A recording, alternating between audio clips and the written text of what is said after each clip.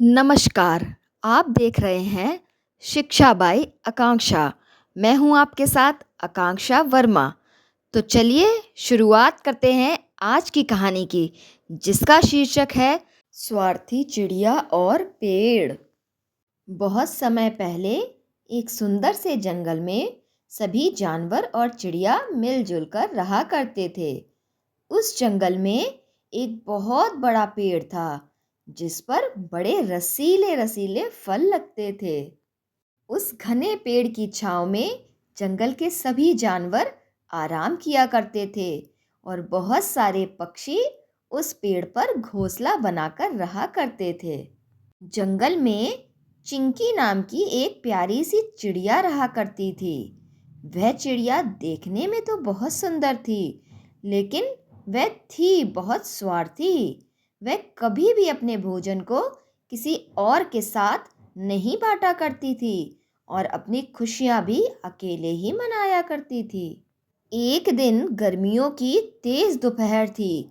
सभी जानवर सूरज की तेज किरणों से परेशान हो रहे थे। तब वह पेड़ बोला कि तुम सभी मेरे घने पत्तों की छांव में आ जाओ। चिंकी भी गर्मी से बेहाल हो रही थी। उसने पेड़ से पूछा कि क्या मैं तुम्हारे पेड़ के रसीले फल खा सकती हूँ? मुझे बहुत भूख लग रही है। उस प्यारे पेड़ ने हंसते हुए जवाब दिया, हाँ हाँ, क्यों नहीं, ये सारे फल तुम ही लोगों के लिए तो हैं। चिंकी फटाफट से फलों को खाने लगी और देखते ही देखते उसने पेड़ पर लगे सारे फल अकेले ही खा लिए और पेड़ पर एक भी फल नहीं बचा। एक दिन जंगल में भयंकर तूफान और बारिश आई। सारे जानवर और पक्षी डर के इधर उधर भागने लगे। चिंकी का घोंसला जिस पेड़ पर था, आंधी की वजह से वह घोंसला टूट गया और चिंकी पानी में भीगने लगी और बहुत तेज तेज से रोने लगी।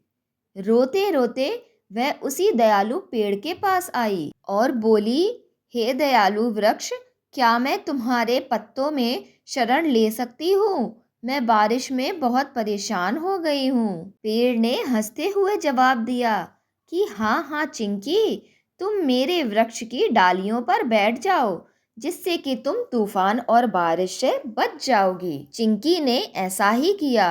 वह उस दयालु पेड़ के घने घने पत्तों के बीच बैठ गई और बारिश से बच गई। कुछ दिनों के बाद जंगल में एक लकड़हारा आया। वह लकड़हारा जंगल के बड़े बड़े पेड़ों को काटता चला जा रहा था। जब वह लकड़हारा उस दयालु पेड़ को काटने आया, तो पेड़ बहुत डर गया और दुखी होकर उसने जंगल के सभी पक्षियों से मदद मांगी। जंगल के सभी पक्षियों ने उसकी मदद की और लकड़हारे के ऊपर आक्रमण करके उसे डराकर भगा दिया। किंतु चिंकी, उसने कुछ नहीं किया, बस दूर बैठी सारा तमाशा देखती रही।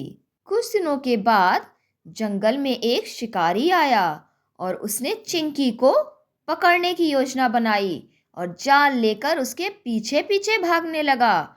डरती हुई चिंकी भागते भागते उसी दयालु पेड़ के पास पहुंची और बोली कि हे पेड़, मुझे अपने पत्तों में छुपने का स्थान दो, वरना वह शिकारी मुझे पकड़कर ले जाएगा और शहर में पिंजड़े में बंद कर देगा। पेड़ बोला, जब उस दिन लकड़हारा मुझे काटने के लिए आया था, तब तुमने तो मेरी मदद नहीं की और दूर बैठे आराम से सारा नज़ारा देख रही थी।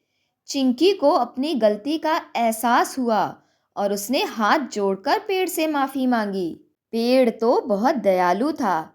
उसने चिंकी के माफ़ी मांगने पर उसे माफ़ कर दिया और अपने तने में बने एक छोटे से गोले में छुपने की जगह दे दी और लकड़हारा, जिससे कि शिकारी चिंकी को ढूंढ नहीं पाया और थक हार कर वापस चला गया।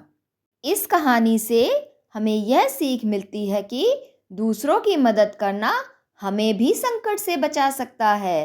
धन्यवाद।